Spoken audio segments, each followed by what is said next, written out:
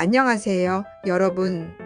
오늘은 우리가 약을 사용할 때 자주 걱정하는 내성, 의존, 그리고 중독에 대해 알아보겠습니다. 먼저 내성이 뭘까요? 내성은 약을 지속적으로 사용했을 때 처음과 달리 약효가 점점 줄어드는 현상을 말합니다. 왜 이런 일이 생기냐면 약물이 우리 몸의 수용체에 닿는 농도가 바뀌거나 몸이 생리적으로 조절 기능에 따라 약에 맞춰 적응하기 때문인데요. 예를 들어 혈압약을 먹다 보면 처음엔 혈압이 잘 조절되다가 시간이 지나면서 몸이 보상 작용을 일으켜 효과가 떨어지는 경우가 있어요. 그럴 땐 약 용량을 늘리거나 다른 약을 추가하기도 합니다.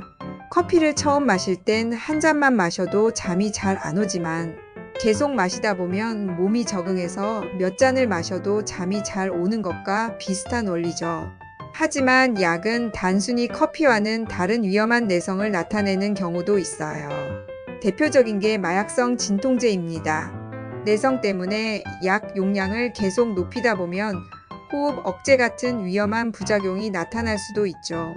그럼 우울증 약은 내성을 일으킬까요? 우울증 약의 경우 효과를 나타내는 범위가 있고 시간에 따라 적응 용량을 먹게 되지만 약의 용량을 계속적으로 늘려나가야 하는 경우는 거의 없습니다. 부작용을 확인해 약의 용량과 종류를 바꾸게 되는 것이지요. 다음으로 의존과 중독은 어떻게 다를까요?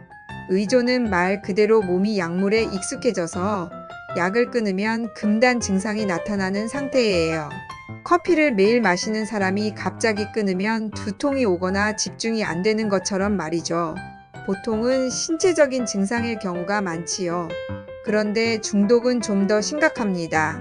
중독은 단순히 몸이 약에 적응하는 것을 넘어 심리적이고 강박적으로 약물을 갈망하고 통제력을 잃는 상태예요. 쉽게 말해 약을 쓰고 싶지 않은데도 계속해서 약에 끌려다니는 상태를 의미합니다. 특히 중독성 물질들은 뇌에서 도파민 농도를 증가시키는데요. 중독은 뇌의 질환의 하나로 이해하고 있어요. 중독은 내성과 금단 증상이 보통 함께 나타나며 계속 더 강한 자극을 원하게 돼서 결국 몸과 마음에 큰 피해를 줍니다. 끊기가 더 어려워집니다. 정신과 약을 먹으면 중독될까봐 걱정하는 분들이 있는데요.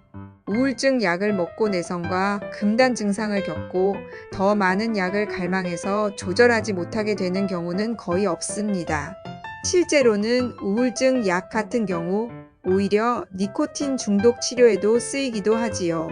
우울증 약을 먹고 중독된다는 말은 사실이 아닙니다. 다만 정신과 약 중에서는 주의해야 할 약이 있어요. 항불안제나 수면제로 쓰이는 벤조디아제핀 계열 약들은 쉽게 의존이 될 수 있고요.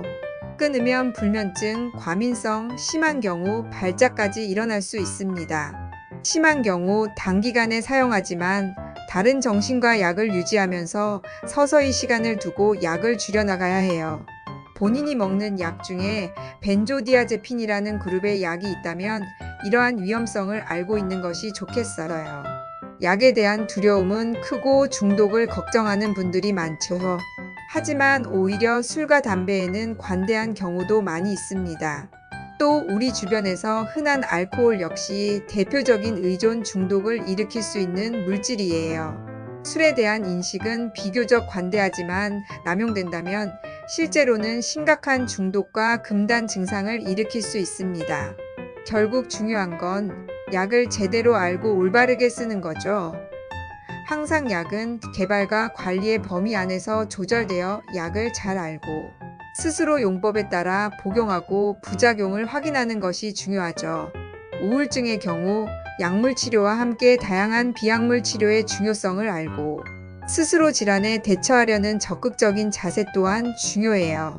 질병의 전체적인 치료 과정에서 참여해서 의사와 약사의 지시에 따라 복용하되 궁금한 점이 있다면 꼭 전문가와 상의하는 것이 중요합니다. 오늘 정보가 도움이 되셨다면 좋아요와 구독 부탁드리고요. 다음 시간에 더 유익한 정보로 돌아오겠습니다. 감사합니다.